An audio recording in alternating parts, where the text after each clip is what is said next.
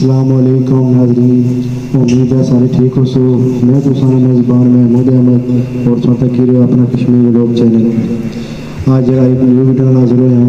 आज की जी वीडियो बड़ी प्यारी आज जी वीडियो सी ये सारे अजीज़ और मोहतरम उस्ताद अरफान उन्हें जी अलविदा पार्टी हो सी इसने बारे जरा मैं वीडियो पूरी दसा इस व्लॉग के अंदर। उम्मीद करता हूँ कि ये वीडियो पसंद है सी चैनल की ज़रूर सब्सक्राइब करना, वीडियो की लाइक कमेंट ये ज़रूर करना। अऊज़ु बिल्लाहि मिनश शैतानिर रजीम। बिस्मिल्लाहिर रहमानिर रहीम।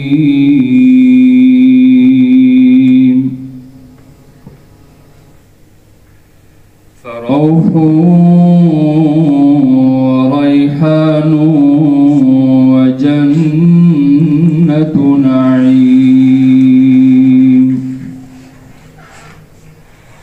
व अम्मा इन कान मिन अस्हाबिल यमीन फसलामुन लक मिन अस्हाबिल यमीन व अम्मा इन कान मिनल मुकद्दिबीन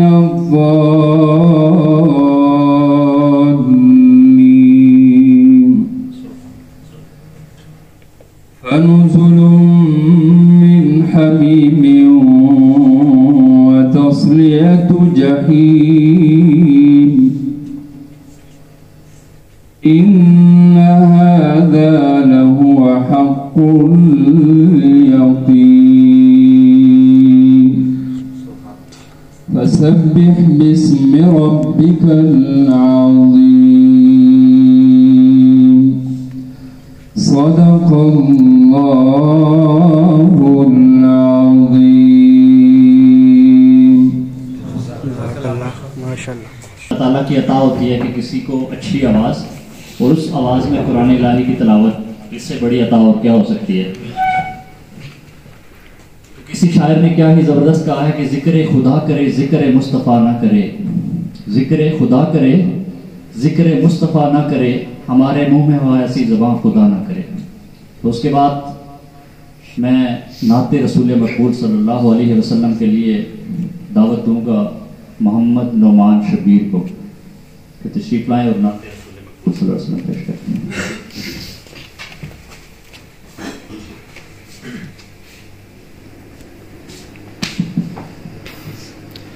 सल्लल्लाहु अलैका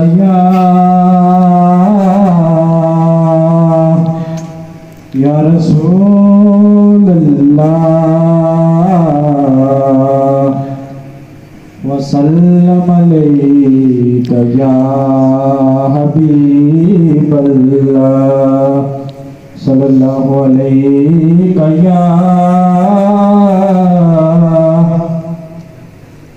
या रसूल अल्लाह वसल्लम अलैका या हबीब अल्लाह। मैं बंदाए आसी हूँ खताकार हूँ मौला, लेकिन तेरी रहमत का तलबगार हूँ मौला। मैं बंदाए आसी हूँ खताकार हूँ मौला, लेकिन तेरी रहमत का तलबगार हूँ मौला।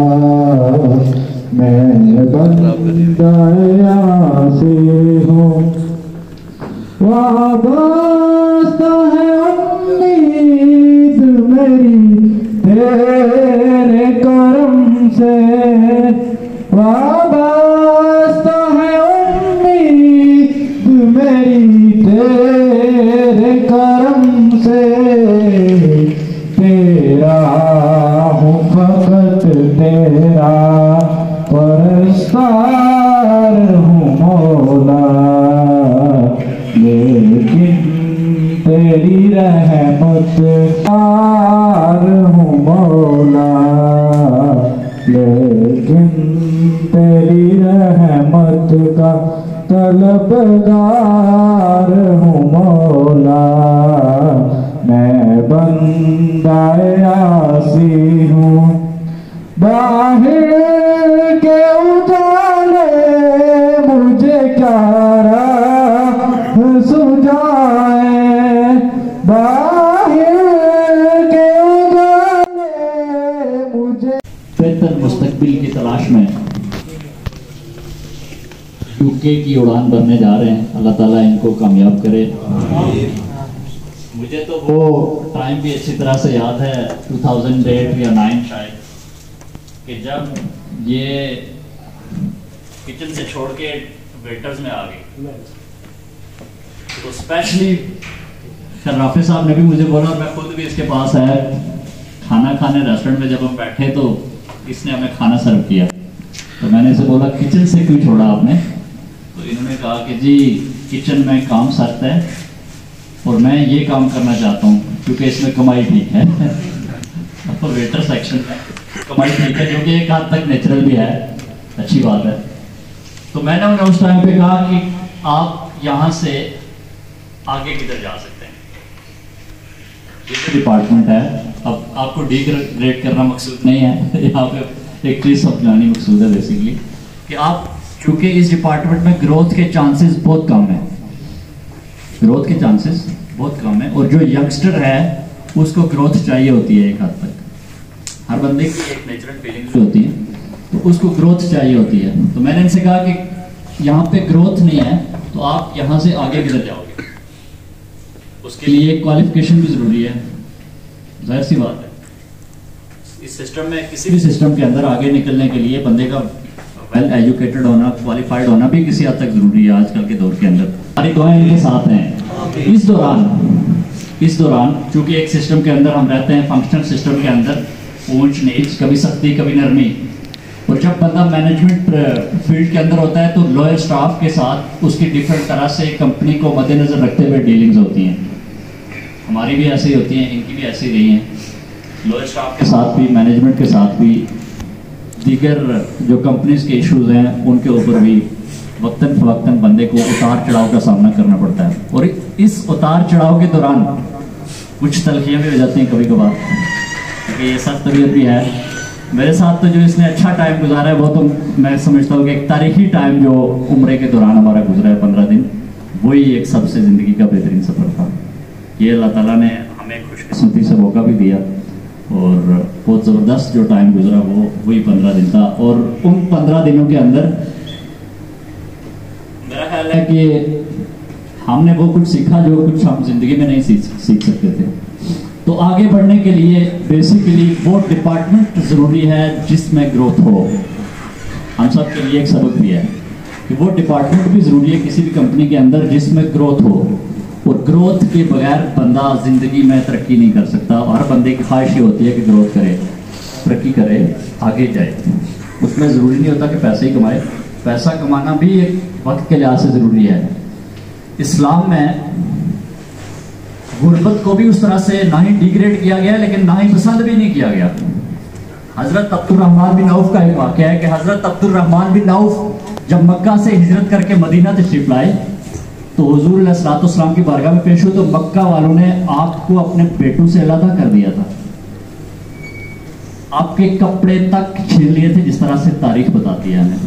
कपड़े तक छीन लिए थे, 2 चादर के अंदर मक्का से मदीना हिजरत करके तशरीफ लाए, और जब मदीना हुजूर अलैहिस्सलाम की बारगाह में पेश हुए तो आपने हुजूर अलैहिस्सलाम से जिक्र तक नहीं किया अपनी गुर्बत का, ना ही अपने हालात का जिक्र किया कि मक्का वालों ने उनके साथ क्या सलूक किया और वो क्या कुछ बर्दाश्त करके कितना सफ़र करके मदीना में पहुंचे। तो जब हुजूर अलैहिस्सलाम की बारगाह से निकले तो सीधे उस दौर की एक मंडी के अंदर चले गए, एक ऊंट या जानवरों की मंडी के अंदर चले गए, जो आज के दौर में मंडी कह सकते हैं। उस दौर में वल्लाह आलम क्या अब उस मंडी के अंदर जब गए तो अब जेब में तो 1 दिनार या 1 दिरहम तक नहीं था, कोई पैसा जेब में नहीं था, सिर्फ 2 चादर में मक्का से हिजरत करके मदीना आए थे। अब मंडी के अंदर एक ताजिर के साथ उन्होंने 100 ऊंट का 1 घंटे के लिए सौदा किया कि ये 100 ऊंट जो तुम बेच रहे हो 1 घंटे के लिए मुझे उधार दो, 1 घंटे तुम किसी और को मत दो, तुम्हारे पास ऊंट खड़े रहेंगे लेकिन 1 घंटा मेरे होंगे। अगर मैं 1 घंटे में तुम्हें रकम अदा नहीं कर सका तो ये ऊंट तू वापस ले लेना, 100 ऊंट तू वापस ले लेना। अब उसके साथ ये मायदा हो गया तो अब बाहर तशरीफ लेके बेचने वाली जगह पे, और जो डिफरेंट लोग उस दौर के लिहाज से आए उन्होंने वो रेट दिया जिस रेट पे उन्होंने खरीदे थे, जिस रेट पे बेचने वाले से उनके साथ जो रेट तय हुआ था उसी रेट पे हजरत अब्दुर्रहमान बिन औफ को लेने वाला वही रेट दे रहा था, उससे ज्यादा रेट पे नहीं कर रहा था। तो फिर उनके पास और कोई चॉइस नहीं थी, आखिरी चंद मिनट रह गए, कोई गाहक भी नहीं आ रहा, तो उन्होंने उसी जो खरीदने वाला बंदा था उस दौर के अंदर उसी को बोला कि ठीक है मैं 100 ऊंट तुझे इसी रेट पे दूंगा, हालांकि ये मेरा खरीद रेट है, इसी रेट पे दूंगा, लेकिन मैं 100 रस्सी तुझे साथ नहीं दूंगा। 100 ऊंट की बात हुई है, 100 ऊंट में तुझे जरूर दूंगा लेकिन 100 रस्सी में तुझे नहीं दूंगा। अब पिछले से उन्होंने 100 ऊंट रस्सी समेत खरीदा था, लेकिन आगे उन्होंने सिर्फ ऊंट का मायदा किया और 100 रस्सी उन्होंने पहला प्रॉफिट कमाया, 100 रस्सी उन्होंने पहला प्रॉफिट कमाया।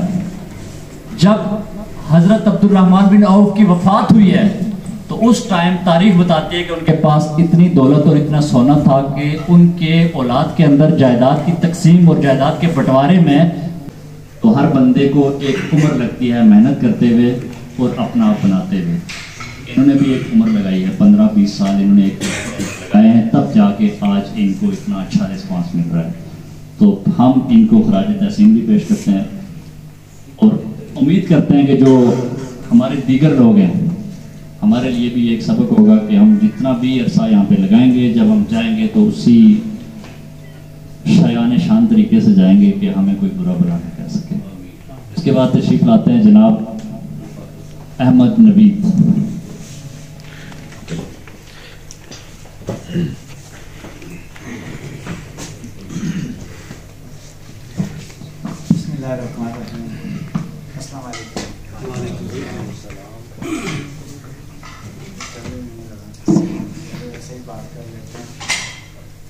देखिए कि सबसे बड़ी चीज़ होती है इंसान की जो मेहनत होती है। जब इंसान मेहनत करता है तो उसकी मेहनत कभी रायगा नहीं जाती। आज शेफ साहब जा रहे हैं तो इन्होंने भी एक बहुत लंबा अरसा यहाँ पे गुजारा और बड़ी मेहनत की, और उसके बाद जो दूसरी बात होती है इंसान की नीयत का साफ़ होना। अगर इंसान अपनी नीयत साफ़ रखे तो उसको वो अपनी मंजिल को पा ही लेता है। तो इनकी जो सबसे बड़ी चीज़ थी वो ये थी कि मेहनत भी इन्होंने बहुत की थी इस इदारे के अंदर, और आज इन्होंने यहाँ पे मेहनत की लेकिन इसका सिला जाके कहीं और इनको मिल रहा है। आप यही बात आपको समझाना चाहते हैं कि आप यहाँ पे हम लोग मेहनत करते हैं तो हम ये सोचते हैं कि यार हम यहाँ पे सीनियर नहीं बन सकते, आगे नहीं बढ़ सकते, तो उस मेहनत का हमें फ़ायदा क्या है। लेकिन वो अगर आप यहाँ पे आपको वो मेहनत नहीं मिल सकती, उसका कोई फल यहाँ पे नहीं मिल सकता उस मेहनत का, तो आपको किसी दूसरी जगह पे उसका ज़रूर कोई ना कोई फ़ायदा ज़रूर मिल जाएगा। जैसा कि आज शेफ साहब की बात है कि इन्होंने यहाँ पे बहुत मेहनत की है, साफ नीयत रख के इन्होंने यहाँ पे काम किया है। कि एक उम्र खाना काबा में भुतों का राज रहा, लेकिन इश्क की वादी से फिर एक ही दाना आया और उसने उस राज को मलियामेट कर दिया। हमेशा किसी भी जगह पे एक दाना होता है, किसी भी जगह पे एक दाना होता है जो सारे सिस्टम को डाइवर्ट करता है। अब वो दाना कोई भी हो सकता है। अल्लाह ताला ने हर इंसान के अंदर सलाहियतें रखी होती हैं, हर इंसान को मुख्तलिफ सलाहियतों से नवाजा होता है। हमारी टीम भी, हर बंदे का एक अपना रोल है। अब इसके एग्जांपल मैं आपको देता हूँ, जैसे इंसानी जिस्म के अज़ा हैं, आँख है तो उसका अपना रोल है, वो कहती है कि मैं देखती नहीं तो तुम कुछ देख नहीं पाते। नाक का अपना रोल है, वो कहता है मैं सूंघूं ना तो आपको पता ही ना चले क्या बुलाए। जबान का एक अपना टेस्ट है, वो कहती है मैं चख ना सकूं तो आप बता नहीं सकते कि आपका टेस्ट क्या, आप गंदी भी खा सकते हैं। पेट कहता है कि मैं सब कुछ ही उगल दूं, मैदा खराब हो जाए। उस सूरत में आपकी आंख भी नकारा है, आपके कान भी नकारा है, आपका नाक भी नकारा है, आपकी जबान भी नकारा है। तो ये एक टीम वर्क है, इंसानी आज़ा का एक टीम वर्क है। इरफान साहब के पास बाद रफाकत साहब जो है वो एग्जीक्यूटिव शेफ की जिम्मेदारियां संभाल रहे हैं, तो इनके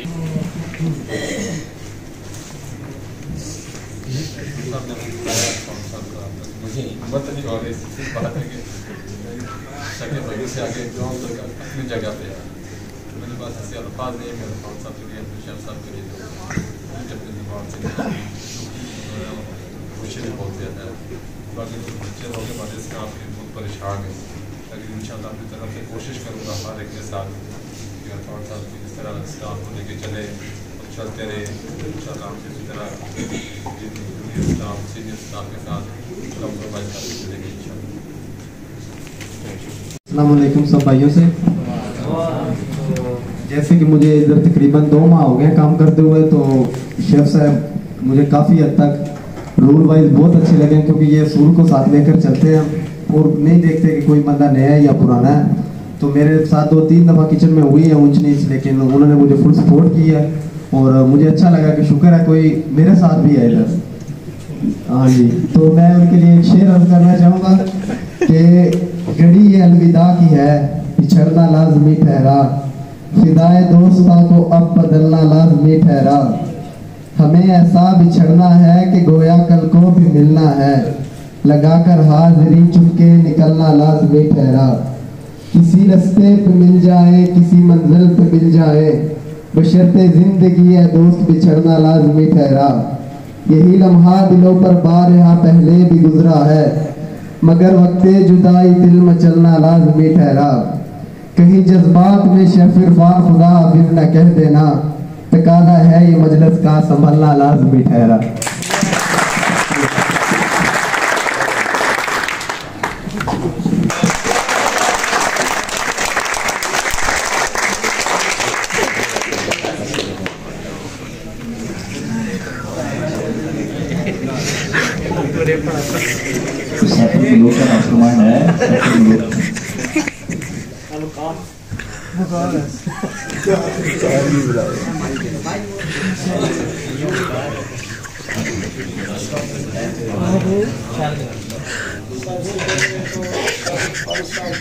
हमारी तरफ से और तमाम अहले स्टाफ की तरफ से ठीक है। दूसरी बात यह है कि इन्होंने बहुत ही अच्छा काम किया है। जैसे कि मैं इनसे बड़ा था, तो मेरे बड़े होने के नाते से इन्होंने छोटे से बड़े से ठीक है अता के स्टाफ के और डिशवाशर से लेके मैनेजमेंट की सतह से हर एक के साथ अच्छा सलूक किया और अच्छे सलूक की वजह से इनको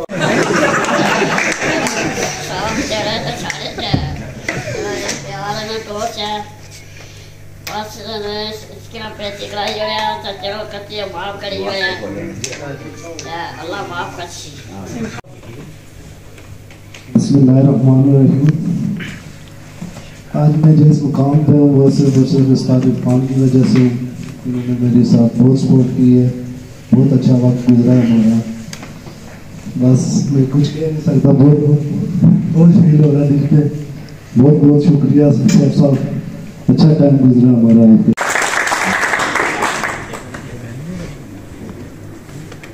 अस्सलाम वालेकुम।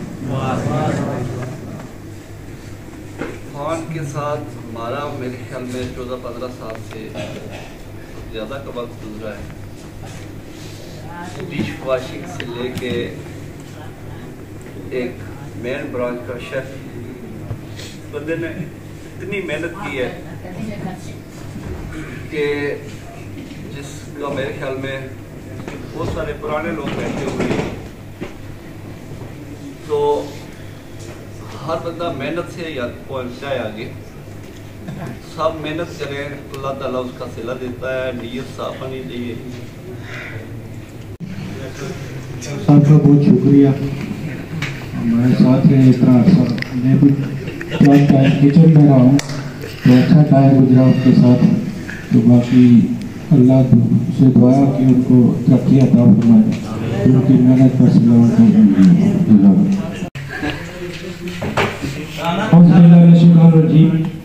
बिस्मिल्लाहिर्रहमानिर्रहीम। सबसे पहले तो खुशी की बात यह है कि आप सारे भाई अपना कीमती वक्त अपनी नींद छोड़ के स्पेशल तौर पे शहसा के यहाँ पे बैठे हैं। तो आप सब भाइयों का शुक्रिया और आपका यहाँ पे वक्त देने का बहुत शुक्रिया।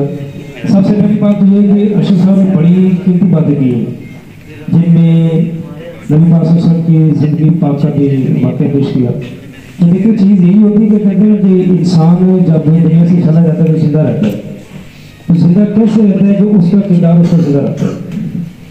तो टाइम शॉर्ट होने की वजह से शॉर्ट ये है कि शेफ साहब के साथ इतना बेहतरीन वक्त गुजरा है। मैं अपने अल्लाह को हाजिर और नाज़िर जाके कह रहा हूँ कि आज मेरा खाना खाने को दिल नहीं किया और ना ही मैंने खाना खाया, ठीक है। और अस्सलाम वालेकुम। बहुत अच्छे भी अल्लाह पाक ने आगे आपका है।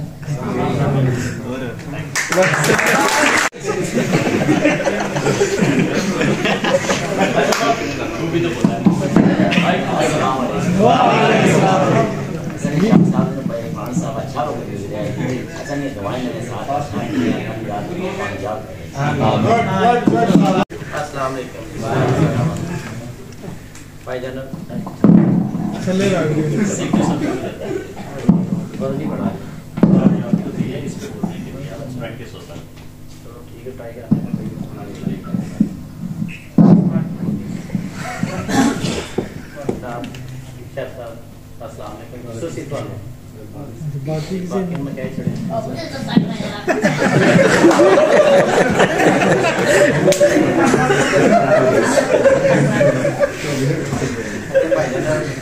बहुत अच्छी गल लेके जा रहे हैं। अल्लाह ताला कामयाब करे, अल्लाह ताला तुहानू भी कामयाब करे, क्योंकि इन्हों के सदके, क्योंकि सारे काम इन्होंने नहीं होंगे रहे दरबार ये ऐसा ऐसा थोड़ी तो अनुमति बनवानी है। टेंशन ना लो, कितने हो जो भी काम में चूज नहीं चाहिए, जो भी घाटा वाधा है उनके वास्ते असी सारी तरफ भाई माजरत, ठीक है। अल्लाह ताला तुम बहुत कामयाब करे, अल्लाह ताला तुम तंदुरुस्त सेहत दे, ठीक है।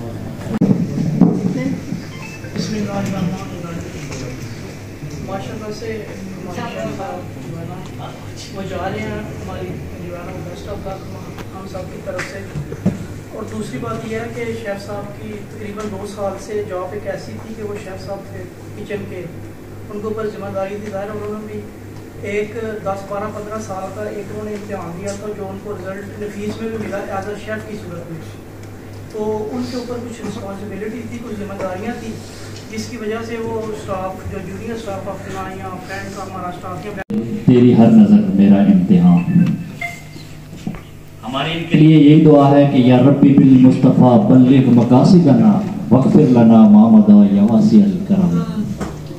अल्लाह ताला इनको ज़िंदगी के हर स्टेज में कामयाब करे। और जिस कंपनी के अंदर हम लोग बैठे हुए हैं, इस कंपनी से हमारे फैमिली का, बाल बच्चे का, बहन भाई का, वालिदैन का रिस्क चलता है। अल्लाह ताला उस किसी भी कंपनी के अंदर जिस बंदे को जो भी स्टेज देता है, उसकी सलाहियतों को बरूएकार लाते हुए वो बंदा अपनी तरफ से पूरी एफर्ट अगर करता है अपने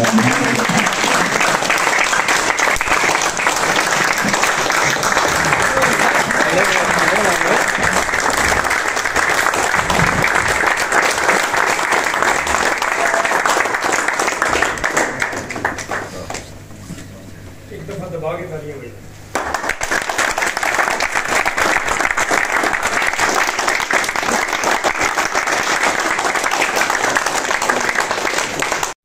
और अपना कीमती टाइम दिया। तो नफीस में मैंने काफ़ी तकरीबन 15-16 साल गुजार दिए। मैंने एज ए डिश वॉशर से काम शुरू किया और अपनी मेहनत के बलबूते अल्लाह ताला ने मुझे इज़्ज़त दी। तो इसमें पूरे स्टाफ ने मेरा बड़ा साथ दिया। बड़ी इज्जत की। और इस दौरान अगर मुझसे कोई गलती कोताही हो तो मेहरबानी करके माफ़ कर दीजिए।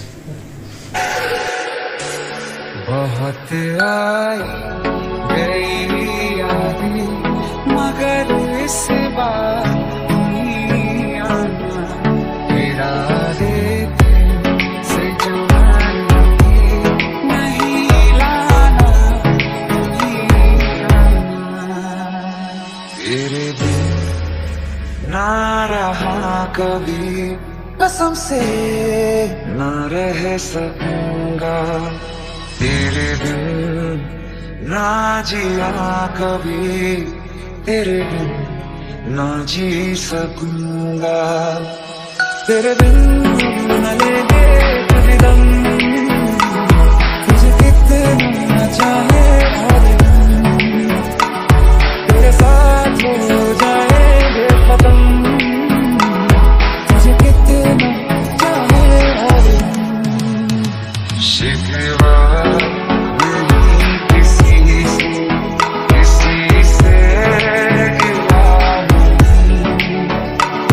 मौसम मोहब्बतों के लम्हे ये चाहतों के अपने लिए बने हैं मान ले I feel love when I look into your eyes I believe if you move out from my side I'll be losing grip on you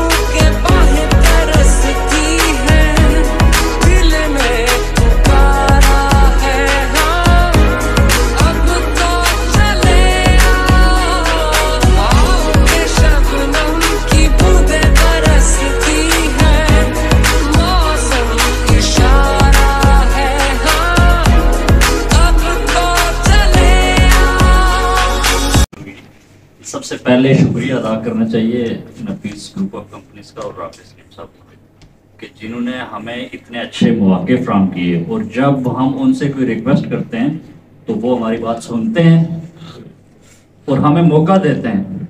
हम कोई तब्दीली करना चाहें, हम कोई स्टाफ के रिलेटेड बात करना चाहें, या अभी भी ये जो आप लोग या हम लोग यहाँ पे सारे इकट्ठे हैं, तो उनकी परमिशन के साथ और उनकी बेस्ट विशेस के साथ इकट्ठे हैं। तो ये उनका भी एक अगर हम तहे दिल से शुक्रिया अदा ना करें तो ये सबसे बड़ी ज्यादती होगी मेरा ख्याल है। सही। और बहुत सारे लोगों ने इसको मिस भी किया है। तो मेरा ख्याल है कि सबसे पहले जो हकदार हैं हम में से वो ownership Nafees group of companies, और उसके बाद हम सब लोग हैं, क्योंकि बेसिकली इन्वेस्टमेंट हमारे ऊपर भी, अपने ग्रुप के ऊपर भी, और सबसे पहली जो इन्वेस्टमेंट है वो ये है उनकी तरफ से है।